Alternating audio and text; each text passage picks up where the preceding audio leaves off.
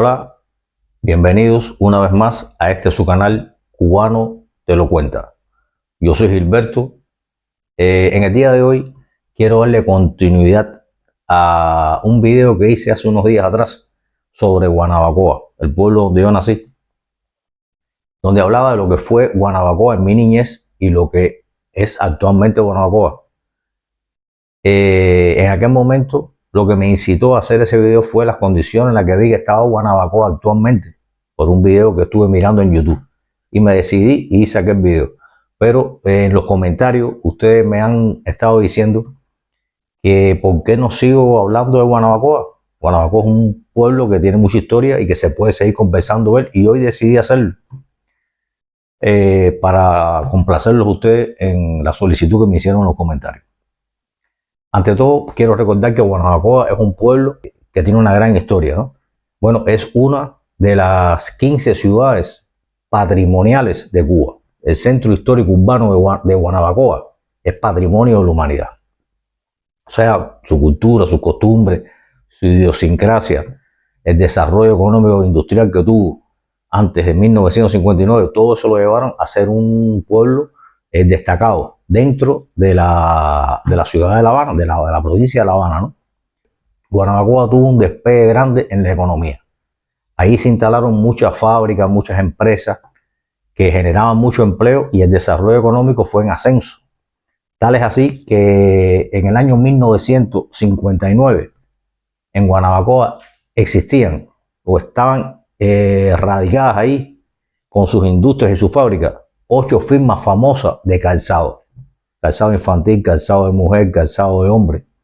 8 grandes firmas tenían sus industrias, fabricaban sus zapatos, sus calzados en Guanabacoa. Igualmente habían 5 grandes talleres de confecciones textiles, de ropa de hombre, ropa de mujer, ropa infantil, camisa, pantalones, todo eso se hacía en Guanabacoa. 5 grandes talleres. Fíjense si había desarrollo industrial en Guanabacoa, entre otras tantas cosas. Fábricas de cartón, fábricas de muchísimas cosas. Había incluso una fábrica donde o sea, una industria donde se fabricaba la materia prima para fabricar colchones. Actualmente tú vas a buscar un colchón en Guanabacoa y posiblemente no encuentres ni una colchoneta vieja. No hay, eso no existe. Y ahí en Guanabacoa, en aquella época, se fabricaba la materia prima para fabricar colchones. Miren ustedes lo que son las contradicciones, ¿no? Algo que refleja el desarrollo industrial de Guanabacoa en aquel momento era, por ejemplo, el tostadero de café Regil. Regil fue la marca más antigua de tostaderos de café que existió en Cuba y llegó a ser la más famosa en Cuba junto con la marca Pilón. El Regil tenía una fábrica grande en Guanabacoa, en el centro, no en el centro de Guanabacoa, un poco apartado del centro, pero un lugar de mucho tránsito, en las famosas 4 esquinas de Guanabacoa, cerca del reparto de leche donde yo vivía. El olor a café era constante, a café tostado, era constante las 24 horas del día. Quiere decir que aquel tostadero funcionaba las 24 horas del día. Habían, yo me acuerdo, cientos de trabajadores adentro.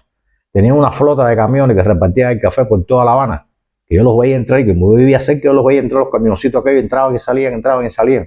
Cuando aquello había café en Guanabacoa, en todas las esquinas, se podía tomar café. Donde quiera había café. Ahora no hay café en ningún lugar. Pero bueno, cuando aquello era abundante el café. También existía en Guanabacoa. Guanabacoa, su nombre lo indica, en taíno, ¿no? En lengua taína. Guanabacoa significa tierra de abundantes aguas y lomas. Bueno, las lomas actualmente existen en Guanabacoa, pero el agua está desaparecida, porque el agua es un día sí, un día no, en los lugares que tienen suerte y la ponen. Hay lugares donde no hay agua, que hay gran escasez de agua. O sea que el agua es un problema difícil en Guanabacoa, en un lugar que es tierra de agua. Guanabacoa tiene como característica que la atraviesan muchos arroyos, y eran arroyos que en aquella época, antes de 1959, eran arroyos con aguas limpias, de buenas aguas.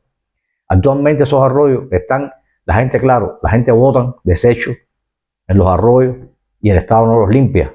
Quiere decir que esos arroyos están llenos de basura, de piedra, de palo, de de desecho, hay rata, horrible los arroyos.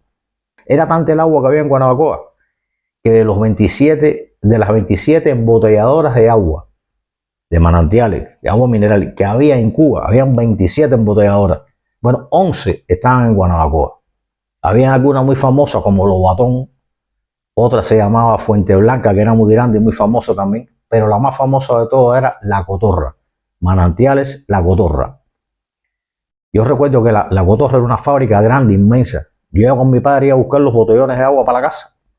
Y él conocía a muchos trabajadores de ahí y nosotros entrábamos a la fábrica. A mí me gustaba entrar a la fábrica. Yo veía la industria aquella inmensa produciendo. Se veían las esteras aquellas con los botellones de cristal por arriba de las esteras. Y le echaban el agua y los tapaban y los metían en las cajas de madera aquella que los metían. Y yo decía, pero qué clase de industria más grande esta. Eran cientos de personas trabajando de adentro. Pero además de embotellar agua, embotellaban cerveza y refresco también. O sea que fue una embotelladora de agua famosa y con agua de calidad. Pero además del agua que producían, tenían unos jardines lindísimos, donde las personas iban a pasear, hacían fiestas en los jardines aquellos. Había un parque infantil muy grande, que los niños iban a jugar ahí. Había una glorieta donde se hacían cumpleaños infantiles. ¿No? Aquello es una maravilla. Los guanabacoenses tienen que acordarse de los manantiales La Cotorra. Actualmente no hay ni jardín, ni hay ni parque infantil y no están en La Cotorra. Vaya, ahí no queda nada. Yo no sé si estarán haciendo agua ahí, pero cuando yo pasaba por ahí últimamente, los últimos años, no veía ni camiones. Bueno, camiones no hay. Y agua no creo que salieran botellones de agua ahí. Yo nunca vi salir más nunca agua de adentro. Pero fueron muy famosos, fueron muy famosos. Otro lugar que yo quería señalar, ¿no? O recordar aquí de Guanabacoa, eran, por ejemplo, las ferreterías que habían en Guanabacoa. Y me llamaba la atención las ferreterías porque yo iba mucho a la ferretería con mi padre, porque mi padre, como él les he explicado en otros momentos, tenía un taller de mecánica, él tenía que ir a la ferretería a buscar piezas, a buscar herramientas, a buscar materiales. En Guanabacoa había una ferretería grande que se llamaba El Progreso, era muy famosa. Pero la que más íbamos nosotros era una que se llamaba El Yunque, que estaba cerca del Faro, en la calle Maceo. El Yunque era una ferretería larga, grande, larga, y tenía un mostrador larguísimo. Estaban los dependientes ahí trabajando como locos, ¿no? Y entonces en las paredes así estaban llenas de gavetas, de gaveteros, que tenían tornillos, tuercas, herramientas, piezas, de todo había en los estantes que había unas escaleras grandes que se robaban los dependientes aquellos, se encaramaban en la escalera y robaban de un extremo a otro de las paredes aquellas, por las escaleras aquellas, buscando cosas en las gavetas. Ahí había todo lo que usted pudiera necesitar, todo lo que usted necesitara, estaba en las ferreterías. De hidráulica, de electricidad, de construcción, de lo que fuera, ahí estaba. Y entonces esa ferretería yo la vi que fue decayendo, hasta que lo que había eran 3 tornillos, 2 tuercas, y al final no había ni techo. El yunque desapareció. Yo decía, qué lástima que el yunque haya desaparecido, porque una ferretería, como en cualquier lugar actualmente fuera de Cuba, así existía en Cuba en aquella época. Otro lugar que a mí me llama mucho la atención y me duele verlo como se fue deteriorando poco a poco, era el Liceo Artístico de Guanabacoa. El liceo era un lugar muy importante, un símbolo de Guanabacoa, el Liceo Artístico aquel, por la tradición histórica que tenía. El Liceo de Guanabacoa tenía 2 plantas, 2 pisos, ¿no? En el piso superior hay un salón grande, que tiene unos balcones que dan a la calle así muy bonito, todo pintado. En aquella época pintado todo con los cristales, muy limpio, muy organizado todo. Había un escenario donde cantaban artistas famosos, se hacían obras de arte, obras infantiles, se hacían grandes fiestas allá adentro. Y todo el mundo elegante, la gente bailando, las orquestas tocando, una elegancia tremenda. Aquello se fue deteriorando poco a poco. Ese liceo era encerrado un gran valor histórico, porque por ahí pasaron personalidades de la cultura, de la historia. Gertrudis Gómez de Avellaneda, Manuel María de Mendívil y el más importante de todo, Martí, el apóstol. El primer discurso que dio Martí lo dio allí, en el Liceo de Guanabacoa. Yo vi en el Liceo de Guanabacoa, no sé si estará todavía, la tribuna desde la que Martí habló la primera vez. Es una reliquia histórica aquello. Por eso yo considero que ese museo se debía haber conservado, haberle dado más atención para que no llegara al grado de deterioro que alcanzó. Últimamente ahí se puso la Casa de la Cultura de Guanabacoa, creo. Y yo entraba ahí en los últimos años ahora y había una oscuridad abajo. Tú entrabas y no se veía casi una oscuridad, en penumbra aquello, cuando aquello siempre estaba iluminado, todo aquello con luces, todo pintado. No, aquello era una oscuridad y no parecía lo que fue el liceo tan bonito aquel y tan importante que hubo en una época. No, eso dejó de ser el liceo aquel tan lindo, ¿no? Otra cosa que tenía, que me llamaba mucho la atención verlo, como se ha deteriorado también, era lo que se le llama el anfiteatro de Guanabacoa. El anfiteatro de Guanabacoa se construyó en el Parque de la República, en Guanabacoa. En Guanabacoa estaba el parque principal de Guanabacoa y estaba el Parque de la República. En el centro de ese Parque de la República, que es alrededor de una manzana grande, se construyó el anfiteatro. Creo que se inauguró en el año 1960. Era un parque muy bonito, con el anfiteatro que se construyó dentro con una capacidad como para 1500 personas. Los que son de Guanabacoa de esa época lo recordarán. Se hacían muchas actividades culturales adentro, un anfiteatro muy bonito. También se fue deteriorando poco a poco. El parque, lo que es el parque, estaba lleno de bancos y se sentaban las familias, las parejas a conversar, todo. La gente iba a pasear domingo y entre semana a cualquier hora. Todo el mundo descansando ahí, unos árboles frondosos grandes que habían sombra. La gente se sentaban, los niños montando bicicletas, montando patines, montando carriolas. Yo tenía una bicicleta que iba a montar ahí. Todos los niños montaban metro porque las aceras estaban nuevas, todo aquello lindo. Las aceras, todo bien. Bueno, las aceras se fueron desbaratando poco a poco. Las raíces de los árboles, grandes aquellos, fueron saliendo fuera las aceras, partieron las aceras aquellas. O sea que ya no hay ni acera para caminar por ahí. Cuando estaba nuevo aquello, cuando se cuidaba, estoy hablando primeros años de la revolución, habían vendedores que pasaban por ahí, por donde estábamos los niños, la familia, vendían caramelo, vendían helado, vendían dulce, vendían pasteles. Había un hombre que tenía un carretón con un chivo y montaban, los niños alquilaban y montaban a los niños en el carretón aquel y el chivo dando vueltas por el parque. A los niños les encantaba, a mí me encantaba montarme en el chivo del carretón dando vueltas por el parque aquel. Bueno, actualmente ya les digo, no hay bancos, los bancos desaparecieron. Las aceras están desbaratadas porque los árboles rompieron con las raíces de las aceras que los hombres que vendían el heladero y el pastelero no pasó más nunca. El carro de chivo tampoco pasa y el chivo o se murió o se fue. Pero ahí no hay nada de eso ya. Está deteriorado completamente aquello. Miren ustedes qué cosa más triste es. La plaza de Guanabacoa o el mercado de Guanabacoa. El mercado de Guanabacoa era un edificio de 2 plantas también, grandes, inmensos, gigantes. Usted entraba ahí al mercado de Guanabacoa, a la plaza, le llamaban la gente, está por los bomberos para abajo. Y la plaza usted encontraba en ese mercado todo lo que usted se puede imaginar en un mercado. Vegetales, el que usted deseara. Fruta, la que usted necesitara. Había una zona donde estaban los animales vivos. Usted encontraba conejos, gallinas, patos, carneros, puerco, lo que usted quisiera vivo lo compraba ahí vivo. Yo me acuerdo yo iba con mi padre y veíamos todos aquellos animales ahí, la gente comprando. Después estaban las carnicerías llenas de carne congelada, pollo, ave, pescado, lo que usted quisiera.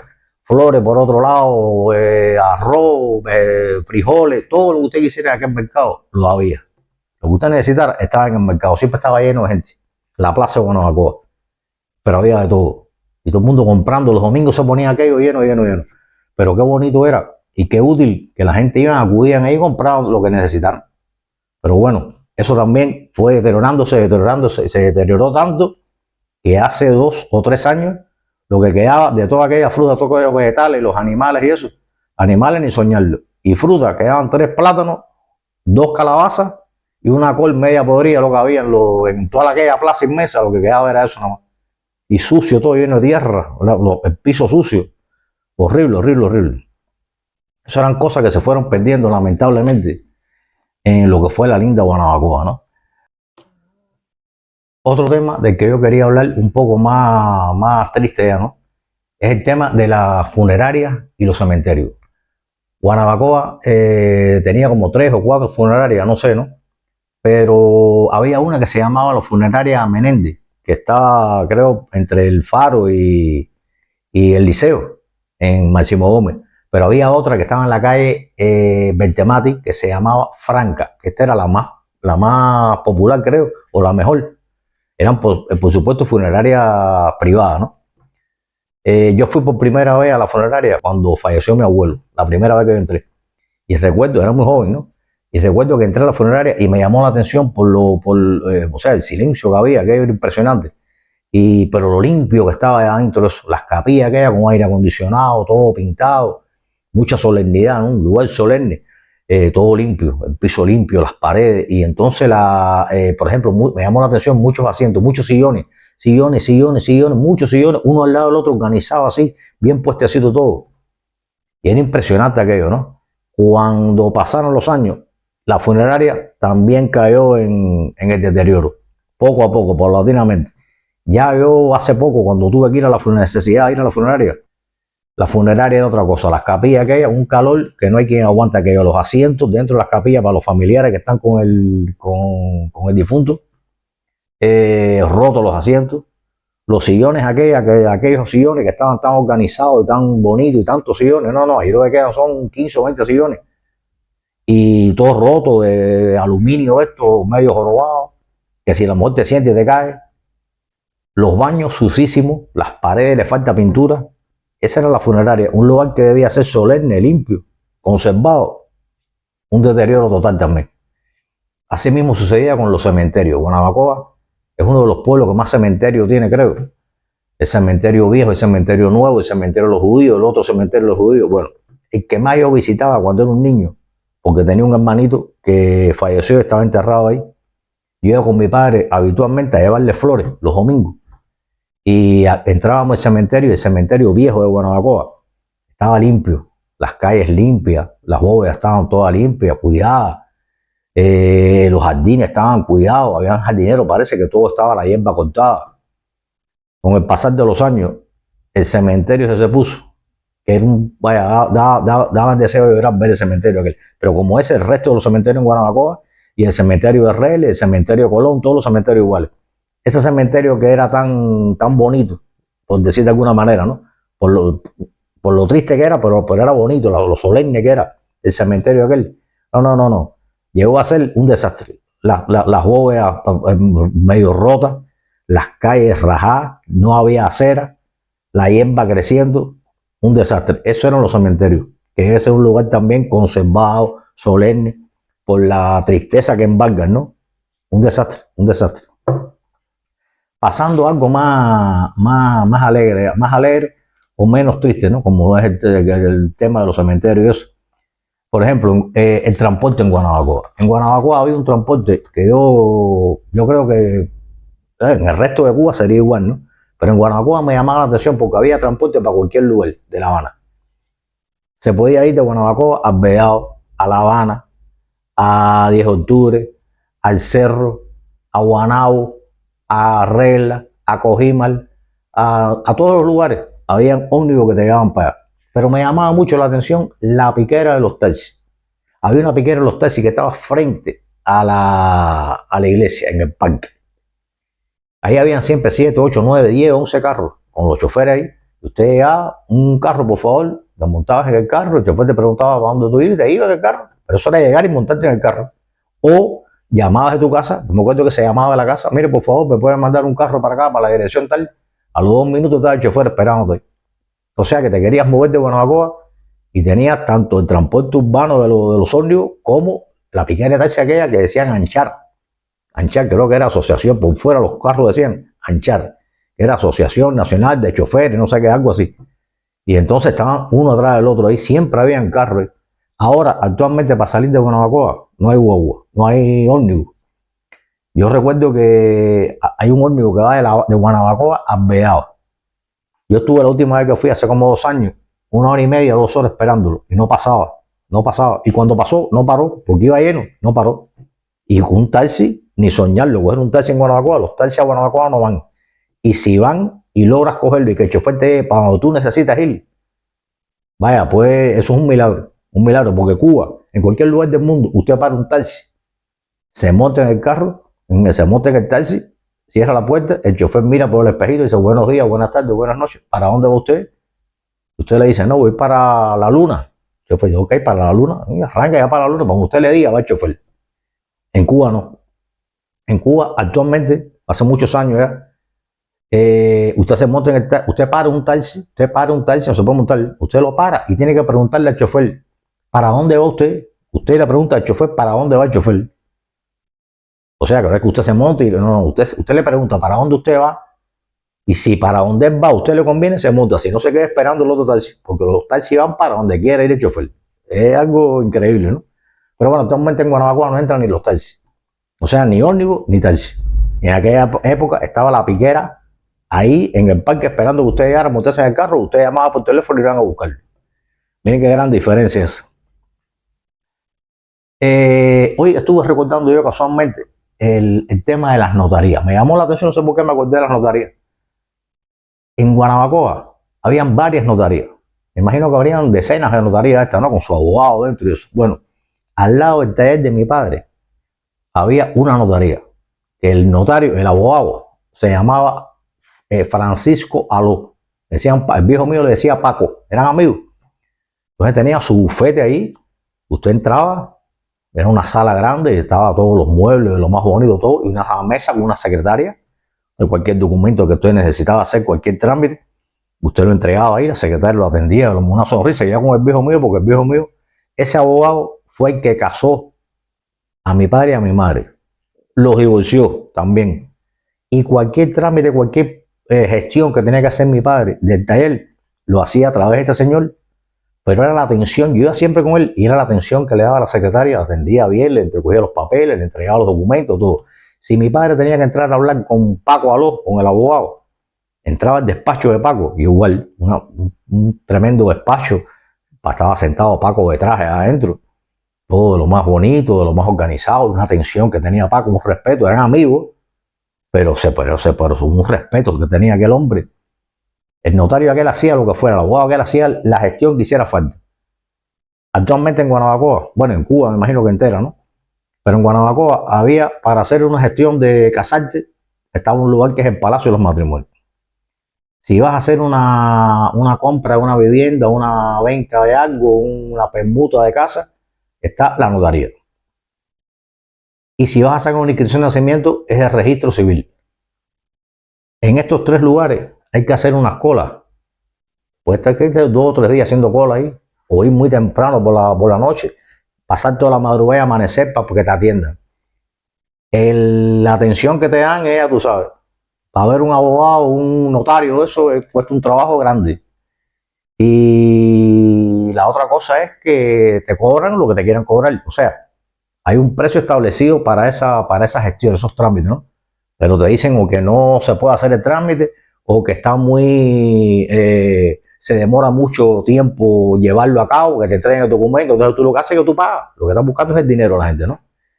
Y entonces todos esos trámites, una inscripción de nacimiento, una boda, una compra de cualquier cosa, la hacía Paco Aló, el abogado hasta que yo les hablaba. En aquella época, él solo con la secretaria. Usted iba ahí, le hacían toda su documentación, todas sus cosas, la secretaria y el abogado. Ahora hay 10 gente o 15 en cada lugar de esto, en la notaría, en el registro civil, y ninguno sirve para nada. No haces nunca el trámite y te metes un mes para hacer un trámite, o de lo contrario tienes que pagar.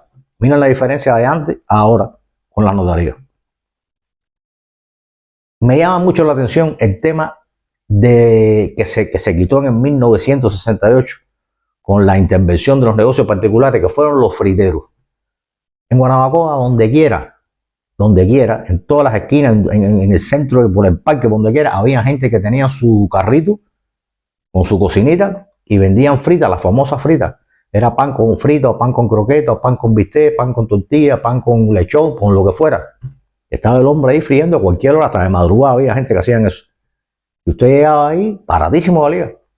Y te lo preparaban, te lo daban calientico en pan, calientico el bistec o la croqueta, lo que fuera.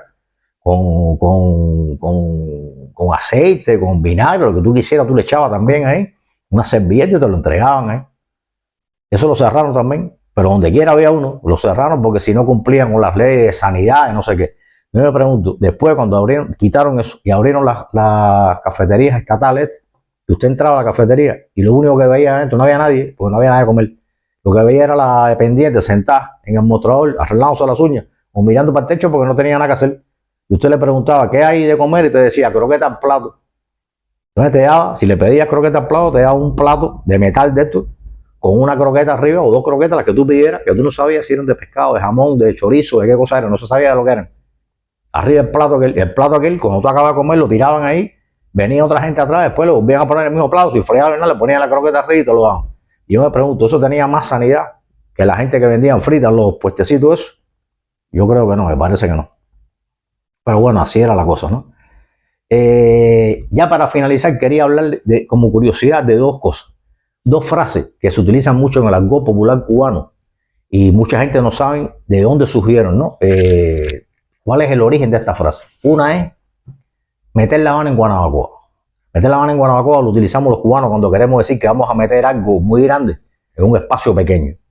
Pero bueno, ¿de dónde surge esta frase? Esta frase surgió en el 1555, cuando hubo un pirata francés llamado de Sores, que invadió La Habana. Y entonces el que era capitán general en aquel momento en La Habana, en vez de enfrentarlo, lo que hizo fue salir huyendo. ¿Y dónde fue a refugiarse? ¿Dónde se refugió? En Guanabacoa. Se refugió en Guanabacoa. Y para allá se llevó el gobierno completo de la capital. Para allá fue con su familia, sus seguidores, su gobierno, su gabinete, todo el mundo fueron para allá, para Guanabacoa. O sea que el gobierno se trasladó de La Habana para Guanabacoa. Por eso se decía que Guanabacoa fue capital de Cuba durante 6 meses en aquella época, porque el gobierno fue para allá, él se fue a esconder allá en Guanabacoa. Y por eso se dice que La Habana se metió en Guanabacoa. O sea, meter La Habana en Guanabacoa, porque en realidad se metió el gobierno, se metió La Habana en Guanabacoa. Esa es esa frase. Y la otra muy famosa es la hora de los mameyes. Llegó la hora de los mameyes. Los cubanos decimos eso cuando llega un momento decisivo, un momento crucial. No, la hora de los mameyes. Esta frase, el origen la tiene cuando la invasión de la toma de La Habana por los ingleses. Los ingleses llegaron a La Habana, se colaron en La Habana y se dispersaron por toda La Habana. Pero los soldados ingleses estaban vestidos de rojo, venían de rojo todos. Y los cubanos, como lo vieron vestidos de rojo, los cubanos con la chispa de siempre, le pusieron los mameyes. Le decían a los soldados vestidos de rojo, los mameyes. Claro, cuando los soldados aquellos llegaban a los pueblos, acabando, estaban los soldados aquellos, oprimiendo y dando golpes.